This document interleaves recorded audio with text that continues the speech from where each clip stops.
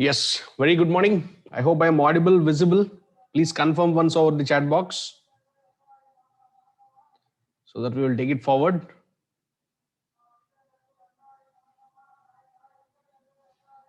You can message me in the chat box.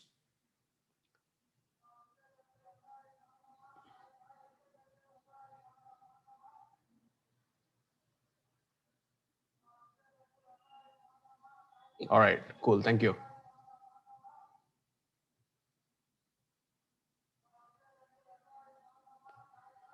So, welcome to our online session with respect to CMA final financial reporting, corporate reporting paper. So, next 30 days to max 35 days, what we're going to do is daily we'll have 3 hours of session every day and understand what all concepts are to be made clear and what is important from your examination perspective, what should be solved in the classroom and all. So that's what we have in our mind as an agenda. So to start with, we'll first look at the syllabus so that we'll have a control over what all topics we would be completing at each point of time.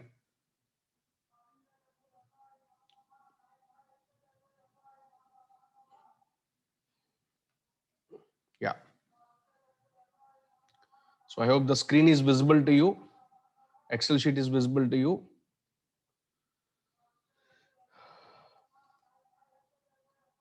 So technically speaking, there are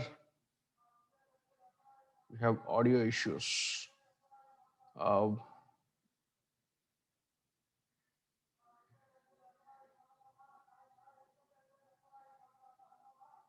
yeah, my speaker, my mic and all are perfectly fine. I think need to check from your end once.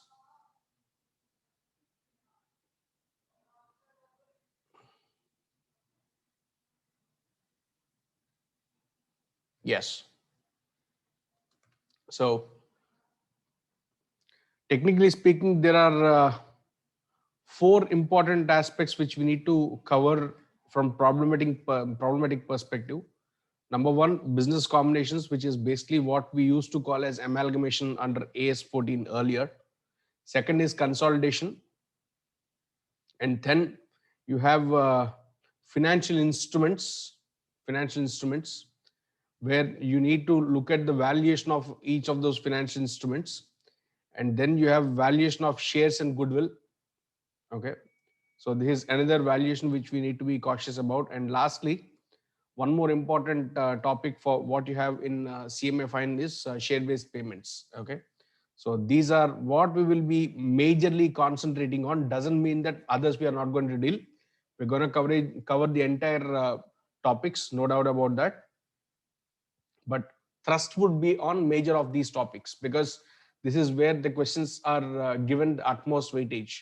Hence, we're going to consider all these mostly and then take it forward. So this is what I would like to tell you initially to get an introduction of what we have. And second thing, we do have all A's and Ind AS in CA final, CMA final paper. But the fact is, in CMA, the depth at which it is being asked, the questions are being coined under CMA is not that great. So the quality wise, we would not be covering too much, but still, I would make an attempt to give you a clarification as to what AS has got and what Ind AS has got. And along with that, every place where there is a necessity to do a problem or two, I would definitely take you through that so that it's clear for you from AS perspective and also Ind AS perspective. Okay, so this is what we have. And lastly, there are couple of theory parts which we need to look into. One is government accounting in India, and second is reporting through XBRL. So these two are technically theory parts. Okay, of course, government accounting at least has got little accounting in it, but XBRL is a typical theory part, which we will just go through in a class, but you should take the responsibility of preparing through the theory parts.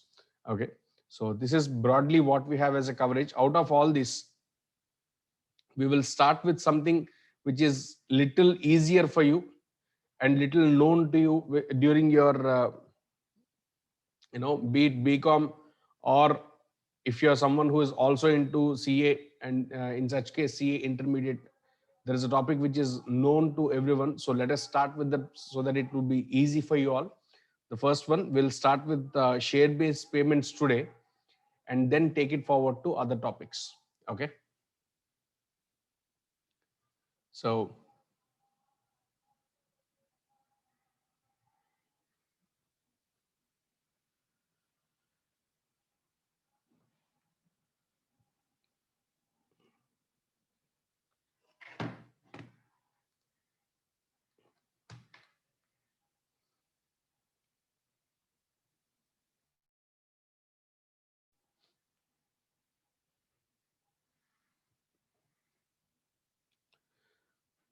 now,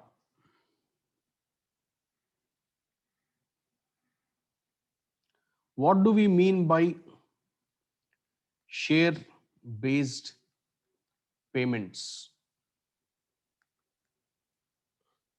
What do we mean by share based payments? Before we go into the subject, let me give you a clarification.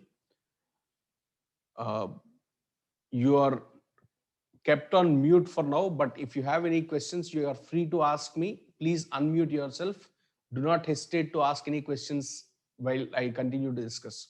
If there is something, you please throw up the question upfront. You need not wait for me to complete, or wait for the session to complete. You can straight away ask during the recording session, so that it helps others also, whoever are going to take up the recorded sessions as well. Okay, so do not hesitate.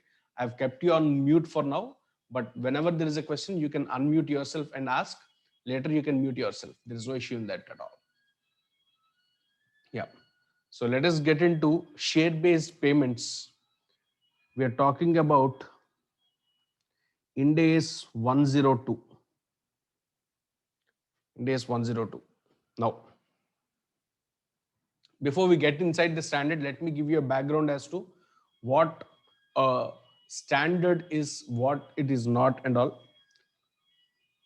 If you look at AS under accounting standard, erstwhile standards what are applicable for non-listed companies and not largely sized entities, there is no separate standard for share-based payments. However, we only had a guidance note. We only had a guidance note long back in AS. But under Ind AS, a separate standard has been brought in. Standard has been brought in, and it is numbered 102. Now, what's the big issue between a guidance note and a standard? Now, when we call it as a guidance note, when I call it a guidance note, if it is a guidance note, the most important thing is applicability is not mandatory. Applicability is not mandatory. However, for a standard, if at all you are making any share-based payments, applicability is mandatory. That's the reason why there is a difference between a guidance note and a standard. That means under AS, though we have some guidance as to how accounting should be done for a share-based payments, it's not mandatory for all the companies to adopt as it is. However, when it comes to Ind AS, it is not a guidance note, it's a pure standard. And in such case, it is mandatory for us to adopt 102. If at all there is any share-based payments, definitely 102 has to be adopted. So that's the difference between a guidance note and a standard. First, this is very important for us. Why am I telling you all this? Reason is, under AS regime, that means under IGAP we call it AS, we call it as IGAP, Indian Generally Accepted Accounting Policies. Ind AS we call it as Ind AS only. Okay. So under IGAP, It is not mandatory to have accounting for share-based payments as per guidance note. Only recommendatory set of accounting procedures are mentioned in the guidance note for share-based payments. Whether you adopt or not is your wish. But under Ind AS, it's not that way.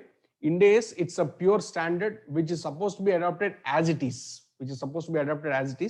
That is what we are going to look in now. Okay. Now, coming to a share-based payment. Under Ind AS 102.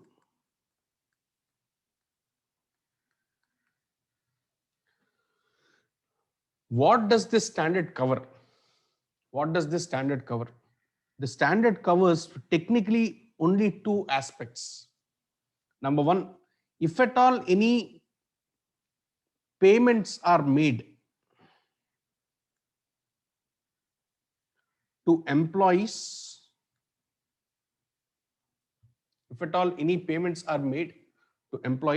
second, payments are made to others for goods and services. In either of these two circumstances, we use this standard called 102. Now, what payments are supposed to be made? If it is a payment being made to either employees or others for goods or services, and the payment is being made in the form of equity shares or equity share dependent programs.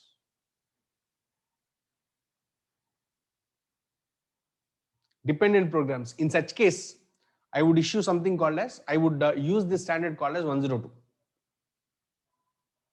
Yep. So what is important for us is, number one, it should be a payment made either to employee, otherwise it should be payment made to others, specifically with respect to goods or services. In either of these cases, if these payments are being made not in cash, not in some other kind, but in equity shares, or it is dependent on equity share, a payment which is dependent on equity share of the same company. In such case, I use this standard called 102. So these can be further split into, these payments to employees or others can be further split into three variants. The first one is called as equity settled plans.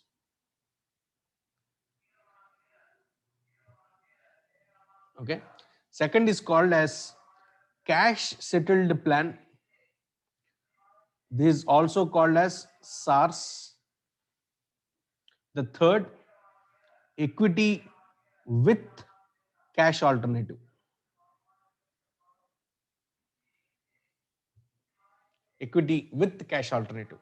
So these are the three things what we need to look into. Now, if you carefully observe, this part is this equity shares. It is nothing but equity settled plan.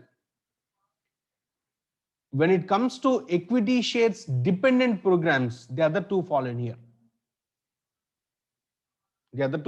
That means I may pay in cash. However, that payment in cash is dependent on equity shares. Second, equity settled plans or else cash alternative. That means either of these first two categories I choose. In such case, you go with the third alternative. Okay.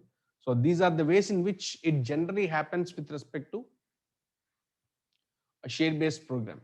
Okay, share-based plan. Now, having said this,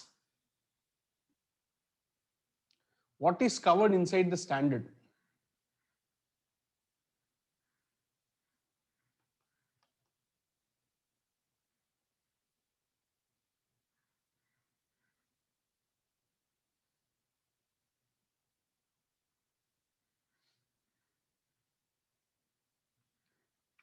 What is covered inside the standard? Scope.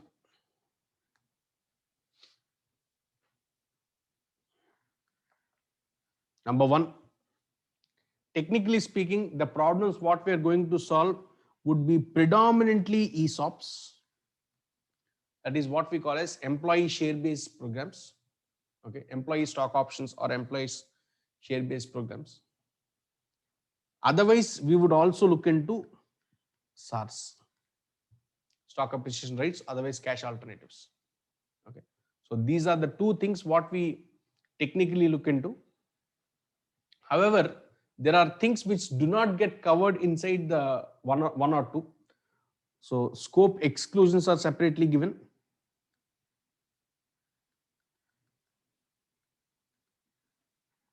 Scope exclusions, number one, in case of business combinations, that means amalgamation under AS 14, under Ind AS it's 103. In case of business combinations, if shares are being issued as purchase consideration, in such case that does not form part of the standard. That means even in case of a business combination, shares are only being given as a consideration. However, with respect to shares which are issued only in case of business combination cannot be brought into the ambit of 102. There is a separate standard called 103 which deals with it, that will take care of it. That does not come into the standard at all. Second, with respect to financial instruments which is dealt by 109, standard 109, those financial instruments also will not be considered under share-based payment. Why is this specifically excluded? You will understand later when we cover these standards separately. But for now, as I told you, for business combination, there is a separate standard which deals with it, 103. Financial instruments, that means when a liability gets converted into equity, or to an existing preference shareholder, if I issue equity shares, like that, there could be multiple alternatives in which equity shares may be issued. In such case, should I follow 102 or 109 is the question. Standard specifically states if at all it is being dealt by some other standard, don't bring it into 102. Let it be dealt by that standard only. I'll not bother at all. Okay. Hence, such standards which have got a specific instruction will not get into the ambit of 102 at all. Okay. So broadly, this is the scope exclusion what you have. Now,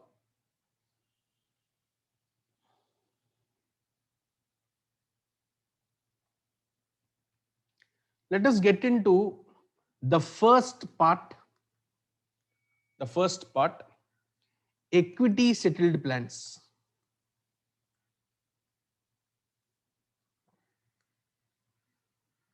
As I told you, there are three parts. One is equity settled plans. Second is cash alternatives. Third is equity with the cash alternative. Okay. So we'll first deal with the equity settled plans. Then we will get into cash alternative, and then we will go for the combined category. Okay. So now, in case of equity settled plan, this is something which you have learned as ESOPs earlier. Is something maybe either in your degree or whatever course you have undergone earlier. There's something called employee stock options, which is nothing but your equity settled plan. Now, ESOP accounting is what we are talking about here in equity settled plans. Before we get into that, there are a set of words which we need to understand. Those words will first understand and then take it forward for the problems. Okay. Number one,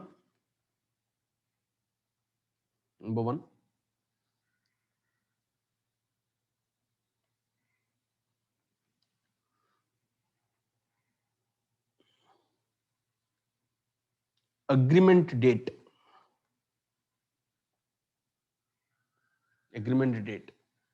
Number two, vesting period. Number three, exercise period. Number four, market rate per share. Number 5, exercise price per share.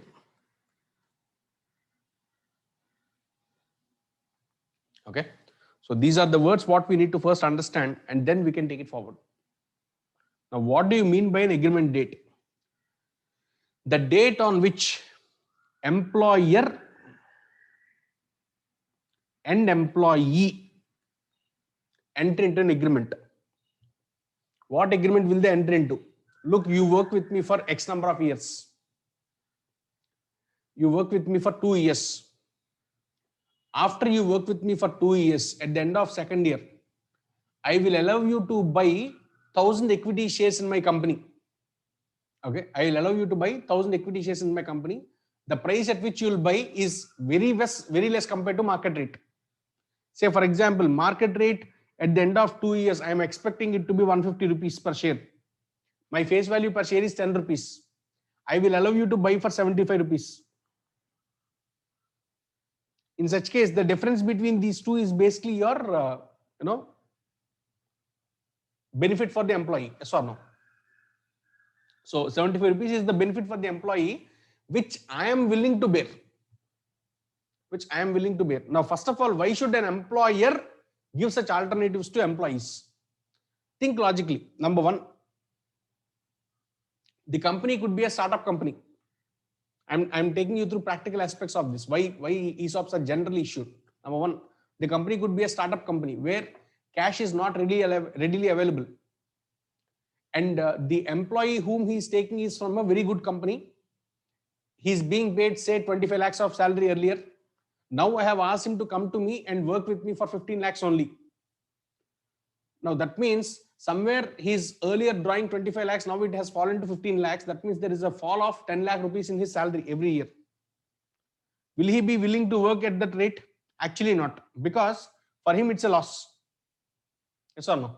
If he goes with the same experience to some other company, he gets 30% extra hike. But now he's excluding that and has agreed to work for only 15 lakhs. Now that means there is a loss of 10 lakhs at the first case. Second, there is no increment at all. He's being underpaid. Now what company says is, look, I am giving you only 15 lakhs as your remuneration. But over and above that, in 2 years' time, I'll allow you to buy these number of shares at a discounted rate. You hold them with you. The premium what I pay, that is premium whatever I am willing to give out on that particular shares, will give you more monies in future. Reason is simple. If you look at here, I agreed to take him on, say, 1st of April 2021. I agreed to pay him 15 lakhs salary. 2 years is the vesting period. At the end of 2 years, that means 31st of March 2023, he will be allowed to buy 1,000 shares in my company. Okay, 1,000 shares he is allowed to buy. Say each share he is going to buy only for 50 rupees. Okay, so the amount what he invests is going to be only 50,000 rupees.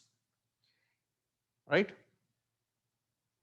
Face value per share is 10 rupees. Say. Now, the market price per share is say 500 rupees per share. Okay, 500 rupees or 5,000 rupees per share, market rate. Now, when the market price is 5,000 rupees, he is allowed to buy it only for 50 rupees. What does that mean? The remaining 4,950 rupees is something which the company is going to bear. Right? This 4,950 for 1,000 shares, if you see, it becomes 49,50,000. Over 2 years, I am giving you an additional remuneration of 49,50,000. Okay. Now, what benefit does the employee get out of this? At the end of 2 years, he gets something which is worth 50 lakhs for 50,000 rupees, which he can sell it off in the open market and make that money. This is the alternative what startups give up. Okay, because the company does not have money in its hand to pay its employee. That is one alternative. Second scenario where practically this is being used, if you see,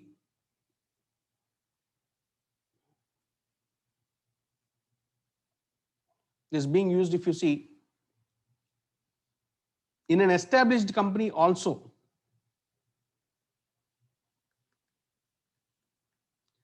Established companies also this would be used. How would that be used? In established companies, say take Tata's.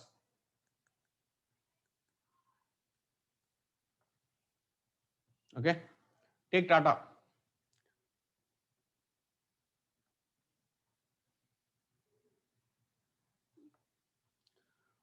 Tata has got very long standing in the industry, no doubt about that. Now, these such companies would like to understand what excites the employees to stay with them forever. See, money every company pays. What excites a person to continue for a longer period in a same organization is not the money, it's the recognition and it's the ownership which gives them the kick.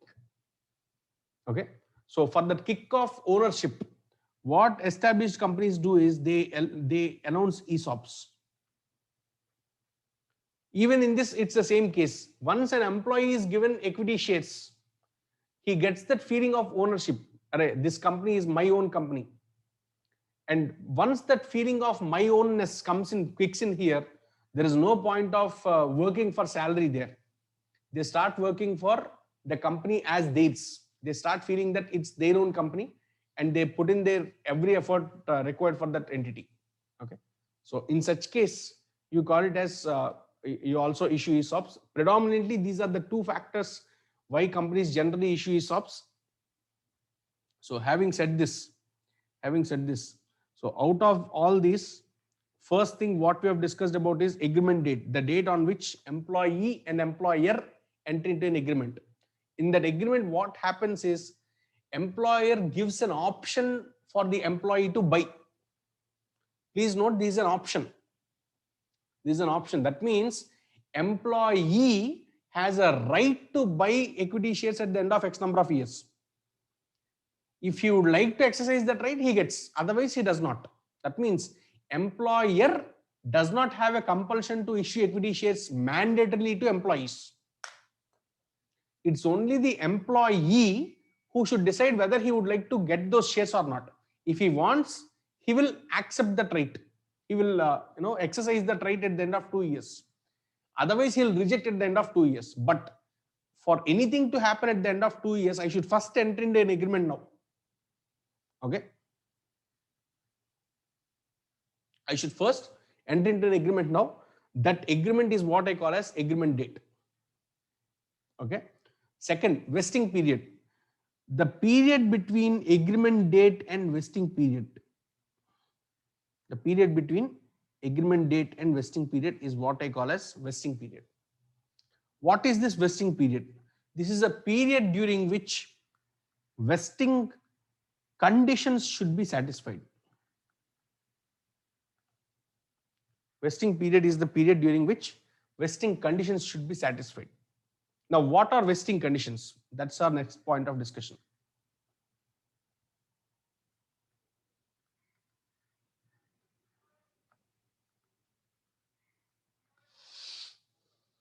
Vesting conditions can be broadly classified into two categories.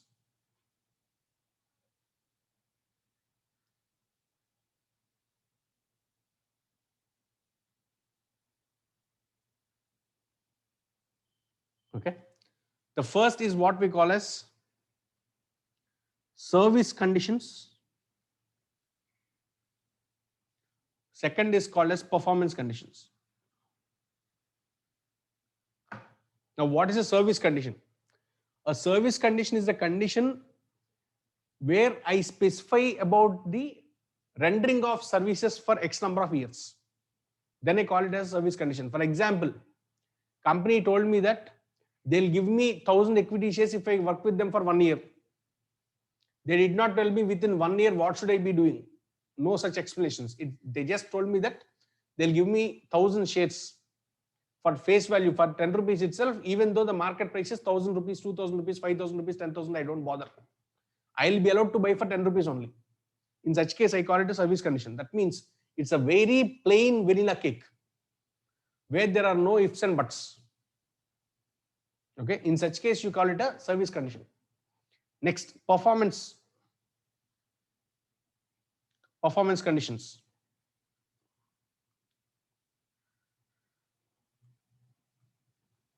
What is a performance condition?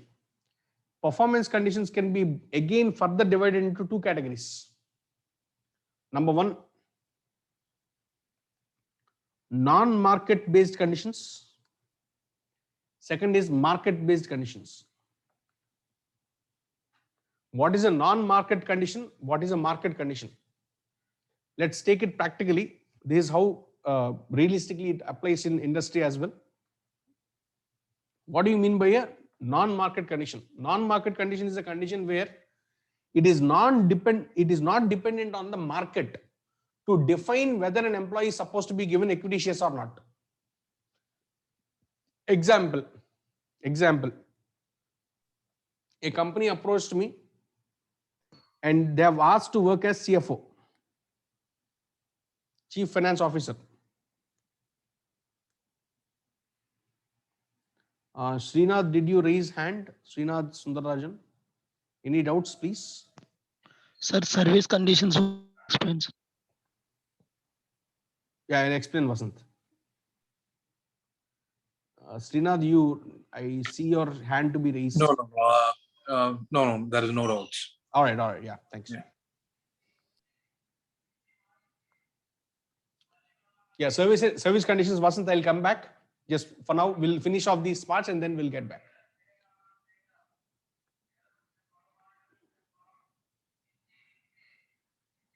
Now, a company approached and asked for a CFO role. What they have stated is they agreed to pay 20 lakhs as a package initially. But since that is not sufficient, what we have asked for is, we have asked for ESOPs.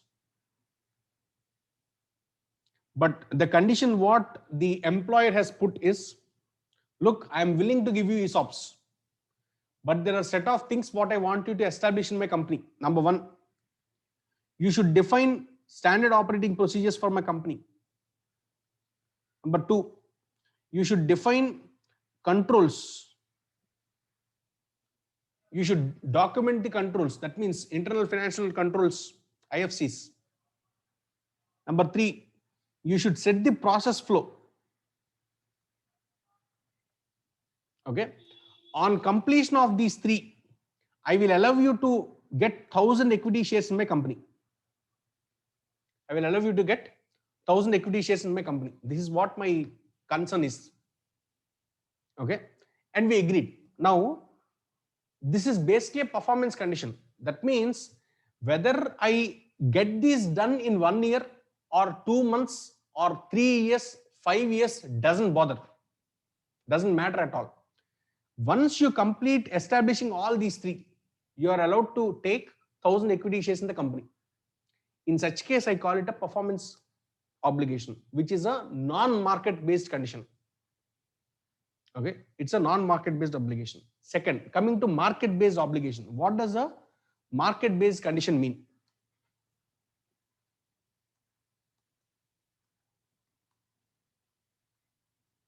Market based indicates the performance obligation is linked with the market. What kind of conditions could be there in such case?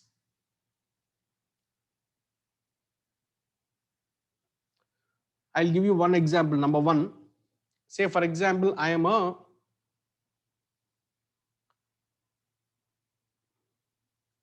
car seller or car manufacturer, some XYZ company. I'm a car manufacturer, and right now, out of the total industry for cars, for car segment, out of 100%, My cars which are being sold is 40%. Which are being sold is 40%. Now, I have taken a chief marketing officer, CMO, and told him, look, right now we have 40% stake in the market. Out of 100%, 40% of the cars which are being used by public is our cars only. The moment you bring this market share to 60%, the moment you bring this market share to 60%, I will allow you to take 2,000 shares, each share which is costing 5,000 rupees. I'll allow you to take for 10 rupees only, face value. That means you just invest 20,000 at the end of 2 years or 1 year or whatever year. The moment you satisfy this condition of 60%, the target being met, I will allow you to take it. Okay, I will allow you to take 2,000 shares in my company, each for 10 rupees. By investing just 20,000 rupees, I'll allow you to take full. In such case, I call it a market-based condition. One more example. Right now, my market share price, okay, market price, current market price of my share, my company's share is 100 rupees. Okay, I have taken a strategist, chief strategy officer for my company. His very business is to bring in investments into the company. The strategist's work is to increase the valuation, ensure that new investors, new PE funds and all come into the company. Now, for this to happen, the company told him, look, you bring up the market price per share from 100 rupees to 150 rupees per share. You bring up the price of each share from 100 rupees to 150 rupees per share. I will give you 1,000 equity shares in the company for no cost, say for face value only, into 10 rupees. Okay. In such case also, it's basically a employee stock option. Now, what I'm trying to convey is these options could be in multiple ways. One is service condition, second is performance condition. In performance condition, what we have seen is two more models. One is non-market based condition. Second is market based condition. Okay. Now, let's revise once again the service condition because Vasant asked. Now, what does a service condition mean? Service condition is a very simple, straightforward case where I would ask my employee to work for X number of years. At the end of X number of years, whether he really works in the company or comes to the office and sleeps also, I don't bother. On completion of 2 years, I'll have to allow him to buy X number of shares. In such case, I call it a service condition. Okay.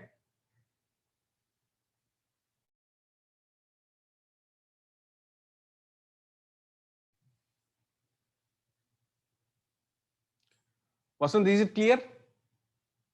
Yes, sir. Cool. So these are the conditions what we have. Now, what is the purpose of these conditions? What is the purpose of learning about these conditions? We will understand that little later. Okay. Now, let's talk from the examination perspective. Your examination perspective, conditions could be directly a service condition or a non-market condition or a market condition or a combination of either of these three. That means it could be a service condition with the non-market condition, performance obligation, a service condition with the performance obligation which is linked to market. Either of these combinations can be possible. Okay. Now, this is with respect to the possibility of various conditions. Now, having said this, why do we need these vesting conditions? Reason is, think logically. If it is a service condition, employer is defining the number of years well in advance. He is specifically stating you work for 2 years, 3 years, 4 years and all. In which case, my vesting period is specified there. My vesting period is specified. But when it comes to performance conditions, performance based obligations, Not every time the vesting period is known. What is vesting period? The period during which he should satisfy the vesting conditions. Okay, the vesting period is not specifically known because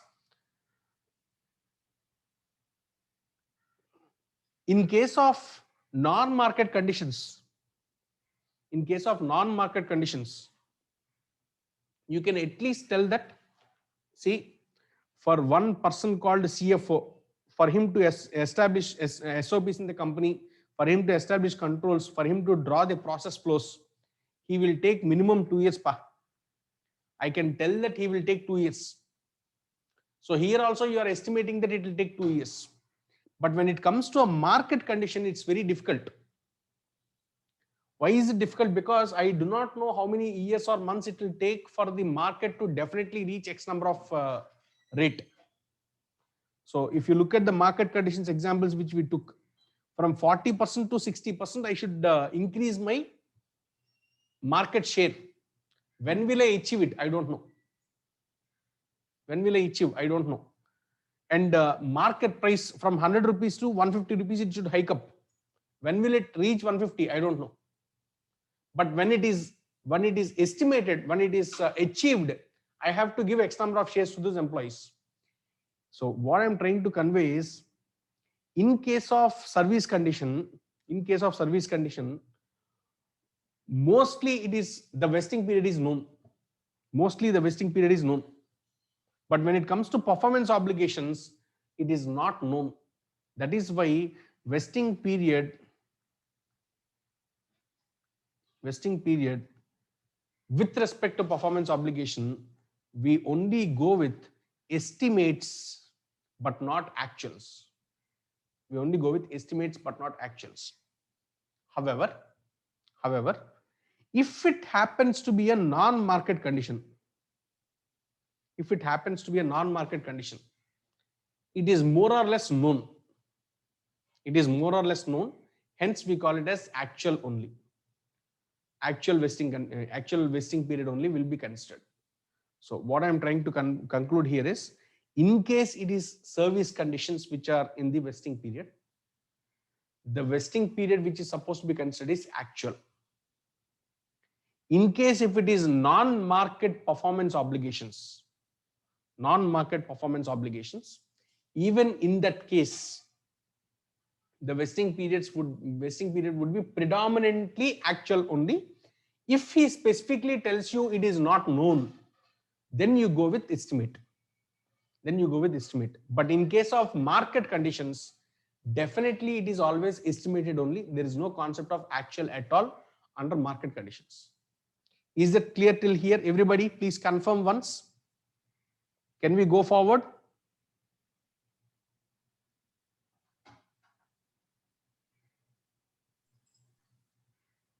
Hello? Yes, sir. Yeah.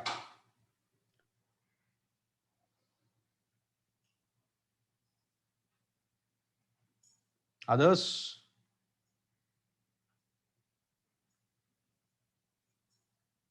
No responses? Yes, sir. All right, cool.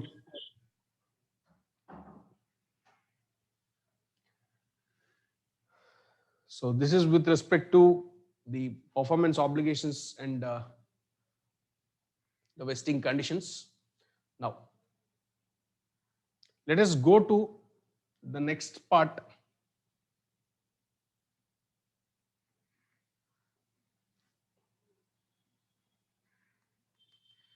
Exercise period.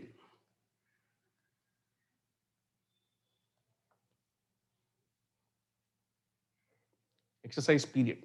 What does an exercise period mean? The period during which employee would either accept the offer made or reject the offer made. Okay. So that means during exercise period, there is possibility for two things to happen. Number one, employee accepts or employee rejects. Okay. Now, employee accepting the offer is what we call as exercising the offer or option. Exercising the option. Okay. Rejection is what we call as lapsing the option. LAPSC, lapsing the option. Okay. So it is either exercise or lapse by the employee.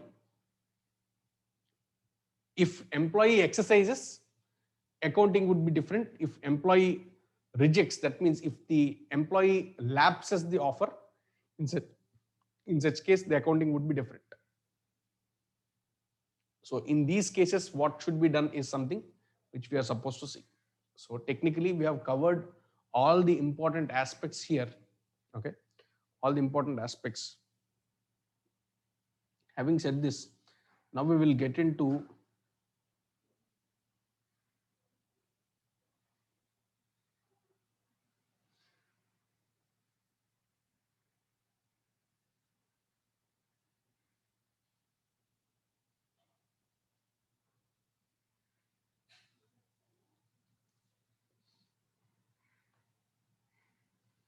how accounting would be done.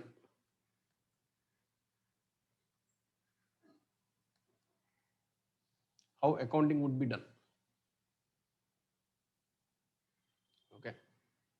So accounting wise, if you see, number one, on agreement date, that is also called as grant date.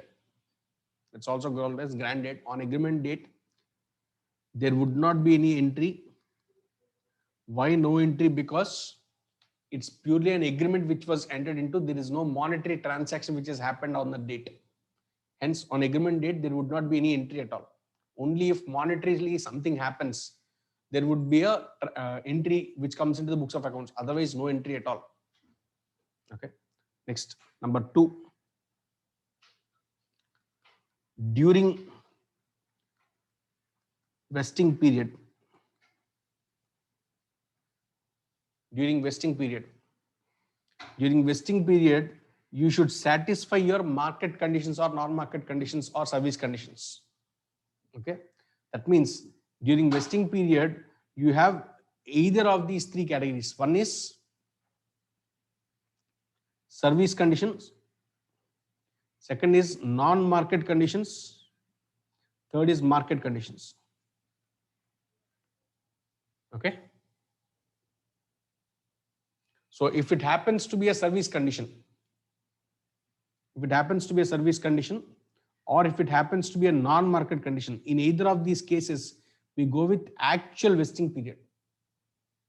But if it is a non-market condition, if it is a market condition, we go with estimated vesting period. Okay. So depending on problem to problem, we will define what is supposed to be done, depending on problem to problem. So in that, the first thing what you're supposed to do is you should record the option expense. Now, recording option expense, if you see,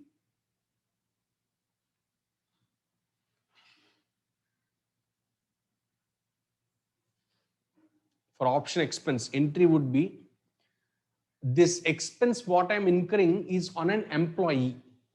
Okay. Though I call it a share-based payment, it is specifically being incurred on an employee. Hence, employee expense is supposed to be debited. Okay. So employee benefit expense account debit to share-based payment reserve account. Now, what is this account? Share-based payment reserve is basically a profit which is set aside. It is a profit which is set aside. Now, if you carefully observe, share-based payment reserve account is what we are using here. Unlike AS, here what we are using is a reserve. And in AS, if you go back and see in your degree or somewhere, we would have learned it called as ESOP liability account. ESOP liability account, but under Ind AS, we are using this something called as share-based payment reserve account.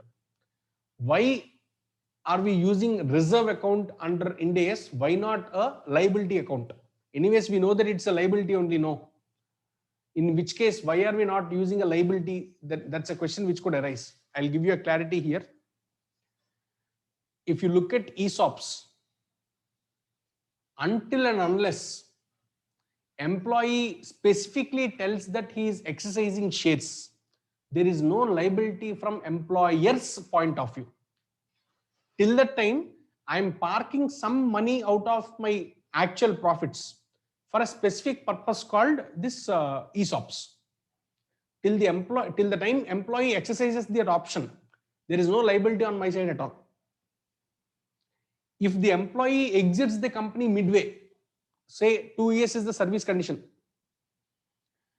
I parked aside for the first year some amount. Okay. Second year also, I'm about to park some money for the second year also, but in the second year, the employee left the organization and went. Now, the monies which are set aside in the first year are idle. That's not actually a liability. I cannot tell that liability got cancelled. I can only tell that monies out of profits which are set aside are not consumed for that purpose. For that reasons, what we are supposed to do is we are supposed to consider it only as a SBP reserve rather than a liability under Ind AS. Okay. I hope it is clear, guys. Second entry, what is supposed to be passed? Second entry to be passed is once expense is incurred, we transfer it to P&L. So transfer to P&L account debit to your employee benefit expenses. So this is what happens during the all vesting periods. If it is only 1 year, you do this for 1 year. If it is for 2 years, you do it for 2 years. Now, while you do it like that for multiple years, how do I calculate it is the question. How do I calculate month on month or year on year, employee benefit expense is the question. We'll discuss about that little later. Once this is done, the third part is during vesting period, during exercise period, sorry.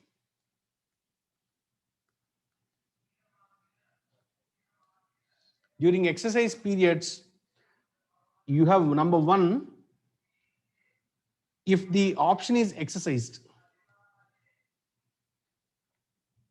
okay. If the option is exercised, what accounting would be there? If the option is lapsed, what accounting should be done? Okay. First, let us talk about exercised.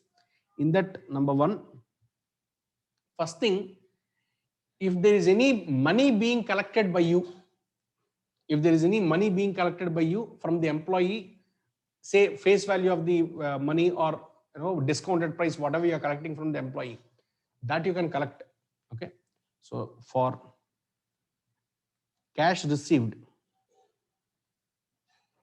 what is the entry? Entry would be bank account debit to this money. Again, I'll add it to that SBP reserve only. Okay. SBP reserve. Whatever he brings in, I bring it into my SBP reserve. Second thing would be issue equity shares. Issue equity shares. How do I issue? Out of this SBP reserve. Okay. So entry would be SBP reserve account debit to equity share capital to securities premium.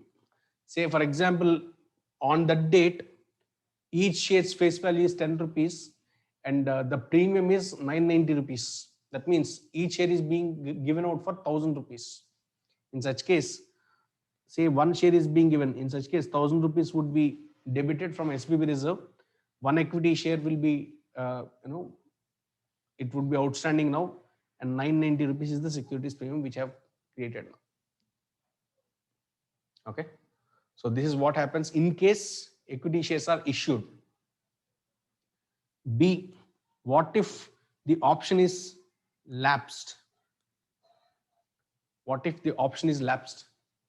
In case if the option gets lapsed, in such case, we will, reverse the provisions, whatever we have created from P&L.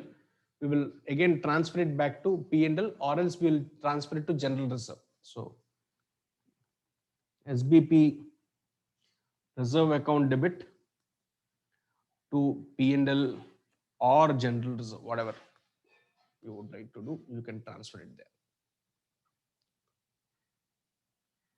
Okay, so these are the accounting entries what we have. Now I have told that vesting period, during vesting period, how do we calculate that amount is something which we are yet to discuss. Okay.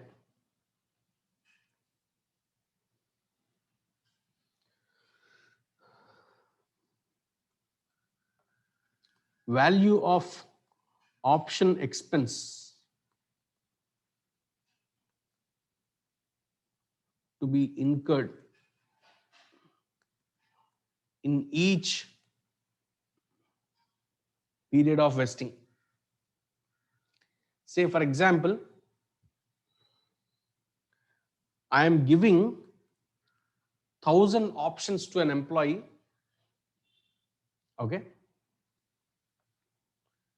And there are 5 such employees to whom I am giving away. Okay. For each option, say my option expense, what I have arrived at, comes to 50 rupees. How did I get this 50 rupees? I am expecting the market price per share at the end of 2 years for 150. Current market price is 100 rupees. The difference between these two, 50 rupees. 100 rupees anyways employee will be bringing in. I will allow him to buy for 100 rupees. But the price of the equity share at the end of 2 years is expected to be 150. That means only the deferral 50 rupees is something which I should put out of my pocket. Okay. So 50 rupees is what I am supposed to incur. This is what I am supposed to incur into first year out of 2 years, because the vesting period is 2 years. Vesting period is 2 years, and I am right now in the first year. Okay. By doing this, what I get is option expense for year 1. Till now, what is the option expense? Okay. Till now, what would be the option expense? So 1,000 into 5, 5,000, 5,000 into 50. How much is it? 25, 2,50,000. So 2,50,000 is supposed to be set aside over 2 years time. Right now, I am in the first year out of 2 years. So the total option expense which should have been incurred till now is 1,25,000 what I get. Okay. However, out of this, if you have any opening balance, that is supposed to be deducted, minus 0. Since this is the first year, there would not be any option expense outstanding till now. Okay. So it would be 0. Finally, for the first year, it's going to be 1,25,000 only. Okay. Same way, when you go to second year, say at the end of second year, out of 5 employees, 1 fellow left. You right now have only 4. Okay. So if you see in the second year, I have 1,000 options which are supposed to be given for 4 employees. For each option, 50 rupees is supposed to be given. And I am in the second year out of second year. So how much would it be? 1,000 into 4, 4,000. 4,000 into 50 is 2 lakhs. Right?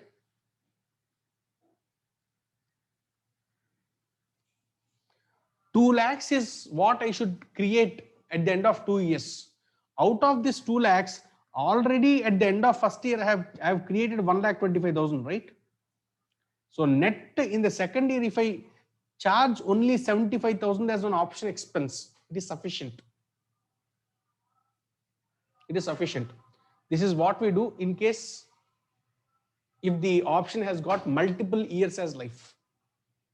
Okay, so this is the same thing which I've given in the material which I've shared with you. Now what I'll do is I'll quickly open the material and go through the entire theory so that it would be clear from your end as well, and then we can start with the problems also.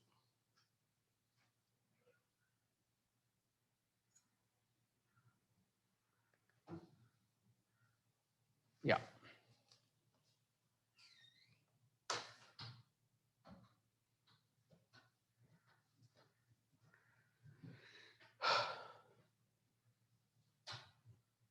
So introduction, if you see, the standard covers accounting for share-based payments made to employees or for goods and services. That means technically others. Okay.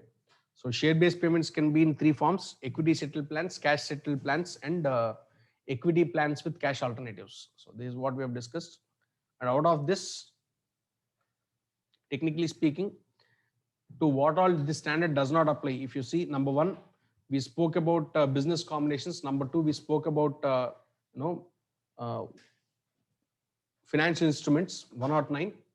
Okay, and third, transactions with existing equity shareholders. That means in case any bonus shares are issued, rights shares are issued, in such cases also the standard does not apply. That's a typical accounting process which happens. So for such transactions, this standard does not apply.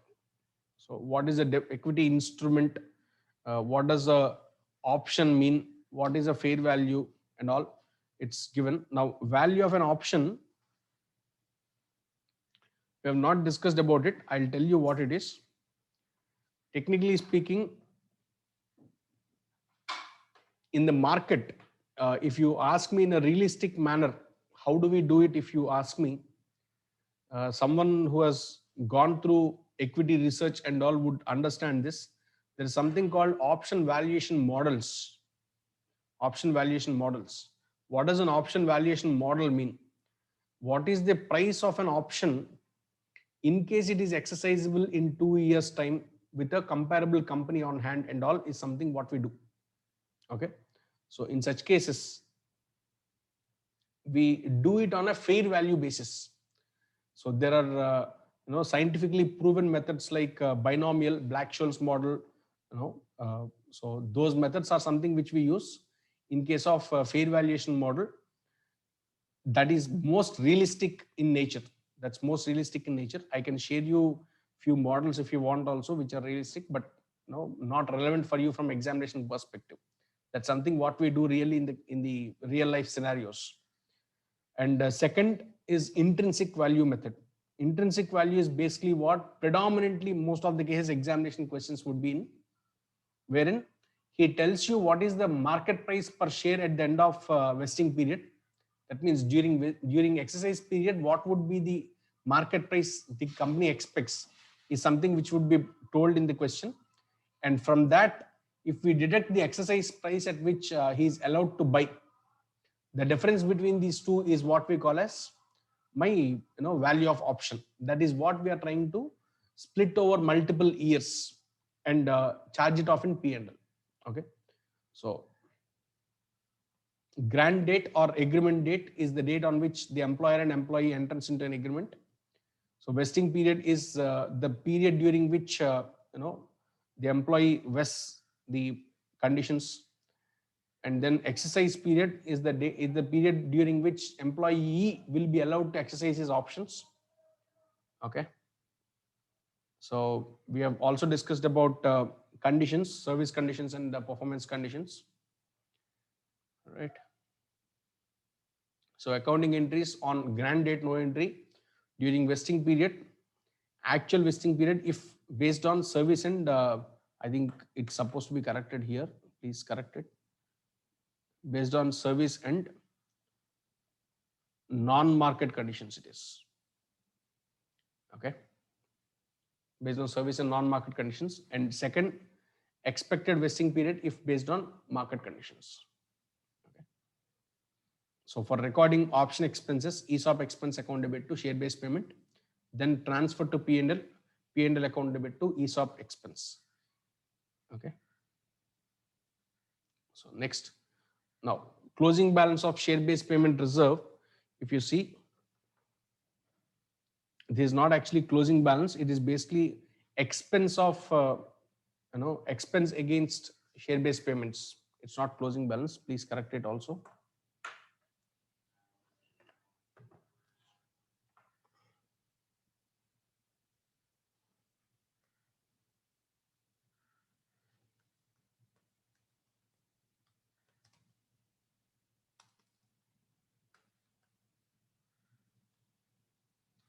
Expense in each year against